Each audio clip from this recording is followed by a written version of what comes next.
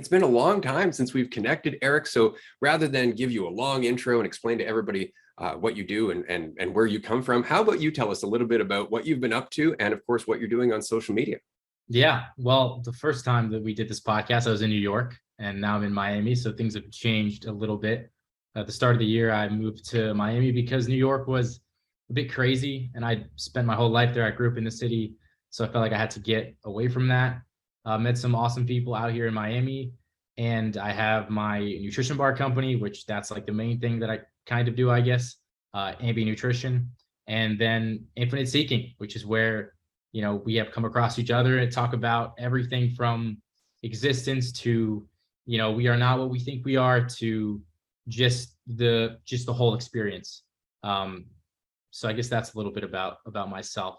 Well, I just want to say quickly, I'm excited to have you back. It's been a while since we chatted. And I know the last time we had this conversation, Andrew and I were just starting to get to know each other. We were just starting the podcast. And so I was just incredibly impressed at the conversation that we did have. And I do watch your content whenever I find time on Instagram or TikTok, because I enjoy the things that you have to say. But what I've noticed is in the last year, and I think this might be because of the move, because of your nutrition bar business, because of all of the things that you are ambitiously tackling, you seem to be embodying the insights more than just talking about them.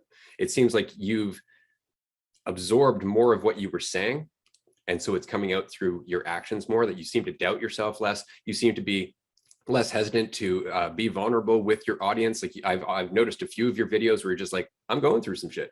Let's just talk about it, because I know you are too. And that's a huge step, because a lot of people, they live on the conceptual side of this. They live in the philosophy. They'll tell you all the right words, but they don't practice it. They don't see it, and they don't really want to, because it's just a means to a paycheck.